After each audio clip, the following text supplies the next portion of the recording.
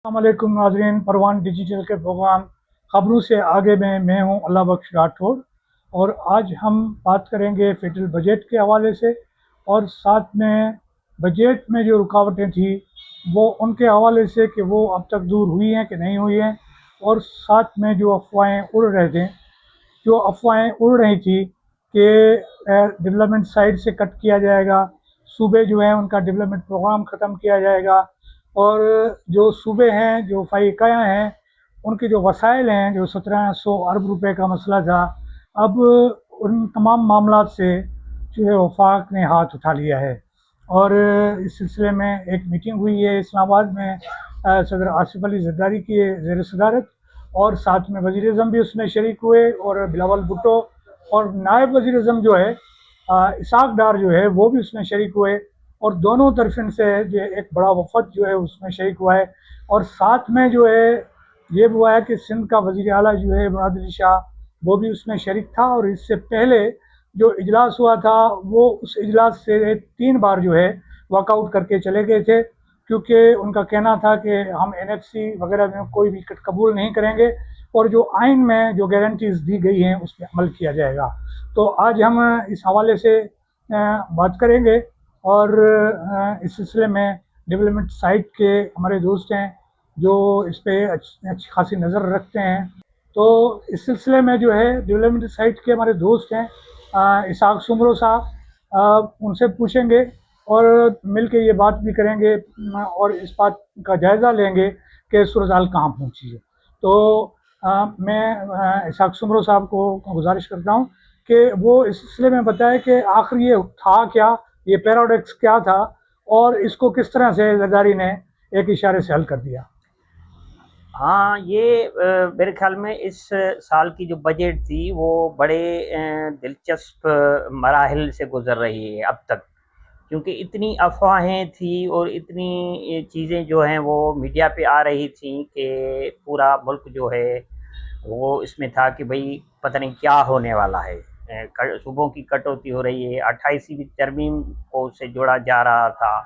Even ये कहा जा रहा था कि ये जो पीपल्स पार्टी की हुकूमत है उसको भी शायद कराची सूबे का इशू आ रहा वापस था। भेजा जाए यहाँ के। मकसद है कि बड़ी वो इस ये पाकिस्तान में बजट के हवाले से थी। तो अभी तक जैसे आपने बड़ा तफसील से उस पर रोशनी डाली कि president Zardari, people's party, government और ये सारे जो आपस में बैठ के और उन्होंने तकरीबन तय कर लिया है कि भाई अभी जो ये चीज़ें थी जिस पे ज़ाहिर है पीपल्स पार्टी का जो मौक़िफ़ था वो सख्त था और वो कोई भी कटौती करने या एनएफसी अवार्ड में कोई तब्दीली करने के सिलसिले में राज़ी नहीं थे। और आखिर तक वो वही हुआ जो नज़र आ रहा है कि भाई वो इस किस्म की कोई भी बड़ी तब्दीली या कटौती सूबों से नहीं होगी। और हुकूमत के नुमाइंदों ने, एहसन इकबाल साहब ने भी यही कहा है कि हम सबसे ज़्यादा छोटे सूबों को देंगे और सबसे ज़्यादा जो है वो पहले जो है बलूचिस्तान को मिलेगा, फिर जो है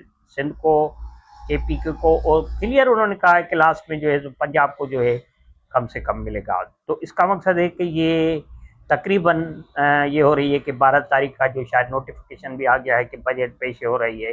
तो बजट में जो कोई इतनी बड़ी जो चीज़ें थी बताई जा रही थी और मीडिया ने बड़ा हाइप क्रिएट किया था, वो नज़र आ रही है कि ऐसी कोई बात बड़ी नहीं हो रही। हाँ, ये है कि शायद थोड़ी बहुत जो है मजमूई तौर पे हर सूबे से डेवलपमेंट के फंड्स में कटौती हो। बाकी ये है कि वो एनएफसी अवार्ड के हवाले से उस पर कोई जो है वो मेरे ख्याल में कोई भी तब्दीली, कोई भी कटौती, कोई भी आइनी तरमीम वगैरह नहीं आ रही है, क्योंकि उसमें एनएफसी की कटौती में ये सबसे बड़ी बात ये थी, 18वीं तरमीम में ये थी कि भाई जब भी एनएफसी में कटौती तो हो ही नहीं सकती है, क्योंकि अभी जो भी सूबों को अगर मिलेगा तो उससे ज़्यादा ही मिलेगा लेकिन कम नहीं मिलेगा। तो इस किस्म की कोई चीज़ नहीं हुई है। ये मेरे ख्याल में कि हम समझते हैं कि खुश आइंदा तरीके से ये बजट पास हो जाएगा और पीपल्स पार्टी और ये जो फेडरल गवर्नमेंट है ये अच्छी तरीके से इसको निपटा लेगी। ये जो एहसन इकबाल जो प्लानिंग के वजीर है, वो जो बात कर रहे हैं शायद ये भी थोड़ा सा रेटारिक से काम ले रहे हैं कि पहले जो है छोटे सूबे जो है उनको हिस्सा देंगे और उसके बाद आखिर में पंजाब को देंगे। लेकिन आइन में तो ये लिखा हुआ है कि जो सबसे ज़्यादा हिस्सा है मालियात में, एनएफसी में और बाकी मामलात में, वो जो है पंजाब का है। और सूबों को, बाकी सूबे जो है उन सबको शिकायत भी ये थी कि सिर्फ पंजाब नहीं लेकिन लाहौर बेस्ड जो है सेंटर जो है वो तरक्की हो रही थी। इसी वजह से जो पंजाब के बाकी जो इलाके हैं वो भी इससे शिकायत कर रहे थे और बाकी सूबे भी ये शिकायत कर रहे थे। ये तासर को जो है, इसको आप किस तरह देख रहे हैं? मेरे ख्याल में कि ये जो तासुर है वो ज़ाहिर है आपने सही कहा कि वो बात कह रहा है और उससे वो रेटर किस्म की बात कर रहा है हसन इकबाल साहब। लेकिन ये ज़रूर है, मुझे नज़र आ रहा है, ये समझते हैं हम कि जो तरक्याती बजट का हजम है वो जो उस पूरा जो है रखा हुआ यहाँ जो रखने का था, तो उसमें शायद वो कुछ कटौती होगी, उसका क्वांटम कम होगा, लेकिन उसमें भी वो थोड़ा वो चारों सूबों में उस हवाले से कम करेंगे। तो उसमें ये शायद कह रहा होगा कि कुछ स्कीमें जो है वो बलूचिस्तान के हवाले से एक दो उनको दे दें या किसी को दो, और फिर वो कह दें कि भाई पंजाब की स्कीमों को हमने कम किया है, ये हो सकता है। बाकी ये है कि वो बड़ी कोई हाँ, ये एक दिलचस्प बात ज़रूर है कि पहली मर्तबा जो है वफाक सूबों से कह रहा है कि हमें पैसे दो। ये 18वीं तरमीम की और ये जो जरदारी साहब ने 2010-11 में पास करे, ये उसका कमाल है कि आज सूबों को वफाक कह रहा है कि मेरी मेरी मदद की जाए। हाँ, ये बात सही है, कुछ हालात मुल्क के से हैं कि उस पर खर्चा, और ये हम इंसर्जेंसी जैसी हालात में हैं दो सूबों में। अभी तो ये कश्मीर वाला मसला भी वो काफ़ी वो खुदा न करे, लेकिन ये भी अगर हो गया समझ लो कि ये तीसरा एक पेंडोरा बॉक्स खुलेगा। ये तो ठीक है, लेकिन इसमें एक और इशू भी है। एक तो ये इंसर्जेंसी और बाकी जो मामलात हैं ये खुद एस्टेब्लिशमेंट के पैदा करते हैं। ये जो है आम राय ये है, यानी आम तासर ये है कि ये खुद जो है स्टेट के अंदर जो है क्राइसिस जो है वो स्टेट पैदा करती है और इस तरह के, ताकि लोग जो हैं उनके जो बुनियादी इश्यूज हैं उनसे उनका ध्यान जो है हटे। और ये हमने देखा ही, हिकमत अमली जो रही है यहाँ की एस्टेब्लिशमेंट की, ये शुरू से इस तरह के मामला हमेशा ये कहते हैं कि हम जंग की हालत में हैं। अच्छा, एक और बात ये कि ये जो इशू था सबसे ज़्यादा K4 का इशू था, कराची का जो पानी का इशू था, और एक जो है कराची और सक्खर जो है वो मोटरवे का इशू है, वो जिसके लिए सिंध ने अपना हिस्सा भी अदा किया था वफाक को, लेकिन वो पैसे भी उस पर खर्च नहीं हो रहे थे ये इस तरह से। और कुछ और मनसूबे जैसे नए गाज है, उसके लिए इमरान खान ने उसको मुलतवी कर दिया था, तो वो पैसे भी जो है गायब हो गए। इस तरह से जो ये नए हुक्मरान आए तो इन्होंने भी उसके लिए पैसे नहीं रखे, और जो सिंध के अंदर 20-25 जो डैम छोटे बन रहे थे वो रकम भी वफाक ने हड़प कर ली, और सिंध हुकूमत ने भी कोई ख़ास ध्यान नहीं दिया। तो आप क्या कहेंगे कि उम्मीद हम कर सकते हैं नेक्स्ट बजट में कि ये जो सिंध के जो बड़े बड़े जो प्रोजेक्ट्स हैं उसके लिए वफाक जो है रकम जारी करेगा? मैंने आज कहीं देख रहा था कि सिंध के जो 2-3 बड़े प्रोजेक्ट हैं, जो सबसे बड़ा प्रोजेक्ट ये जो है M6 रोड जो है शाम सखट हैदराबाद जो है, M6 उस पे हाँ MN6 जिसे कहते हैं, तो उस पे जो है वो स्ट्रेस है सिंध गवर्नमेंट का भी इसका शुरू किया जाएगा। अभी उस पे ये है कि मरकज़ वफाक कितने पैसे दे रहा है। आज किसी सोशल मीडिया पे सिंध के सहाफ़ी साहब हैं, उसने लिखा है कि 122 अरब रुपए की जो है वो उसमें उन्होंने रखे हैं, तजवीज़ किए हैं कि उसमें 122 अरब रुपए वफाक देगा। लेकिन मैं समझता हूँ कि ये 122 अरब नहीं है और ये 122 अरब नहीं देंगे। हाँ, ये है कि 70 अरब तक दे सकते हैं, क्योंकि इनकी पहली जो इकोनॉमिक कमेटी की मीटिंग हुई थी तो उसमें उन्होंने कहा कि हम 22 सिर्फ अरब देंगे, तो शायद सिंध इसको 70 तक तो राज़ी हो जाए। लेकिन ये है कि 22 अरब अगर देते हैं तो इसकी मीनिंग कि ये इस मंसूबे को जो है इसमें कोई इनका इंटरेस्ट नहीं है, क्योंकि ये बहुत बड़ा मंसूबा है और 22 अरब तो समझो 1 महीने से भी ज़्यादा नहीं चलेगा।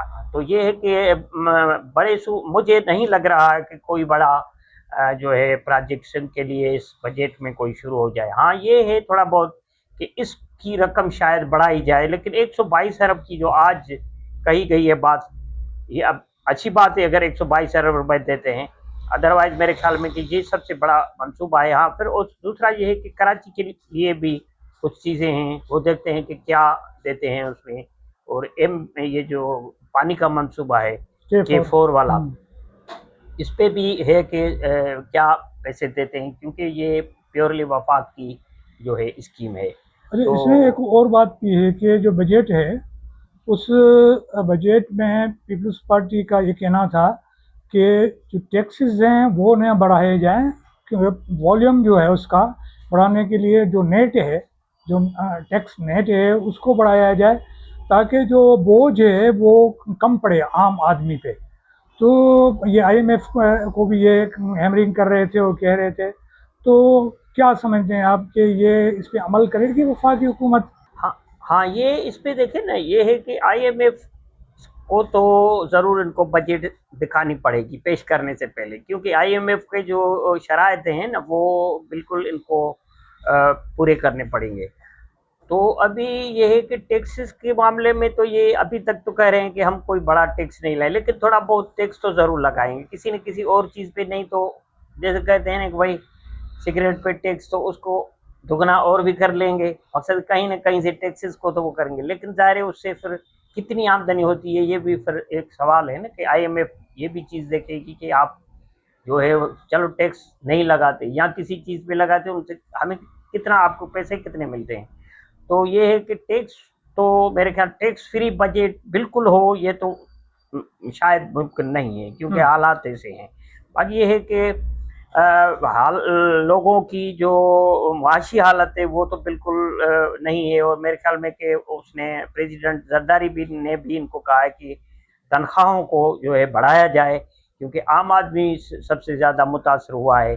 तो उनके लिए कुछ न कुछ जो है आप स्कीमें या ऐसी चीज़ें बजट में ज़रूर रखें। तो इम्कान तो है, और ज़ाहिर है इनकी जो डिबेट हुई है, बातें हुई हैं और कोई न किसी नतीजे पे पहुँचे हैं, तो यकीनन कुछ न कुछ तो चीज़ें अच्छी बेहतरी की तरफ ही जाएंगी। इसाक सुनो, आपकी बड़ी मेहरबानी है कि आपने अच्छी अच्छी बातें भी की और इंफॉर्मेशन जो है वो भी नाज़रीन से शेयर की। तो नाज़रीन हमें इजाज़त दीजिए इस प्रोग्राम के साथ, और बजट के हवाले से, सिंध के बजट और फेडरल बजट के हवाले से हम जो है आपको अपडेट करते रहेंगे और प्रोग्राम करते रहेंगे, ताकि जो अवामी राय है वो सामने आ सके। और इसके साथ मुझे दीजिए इजाज़त। अल्लाह हाफ़िज़।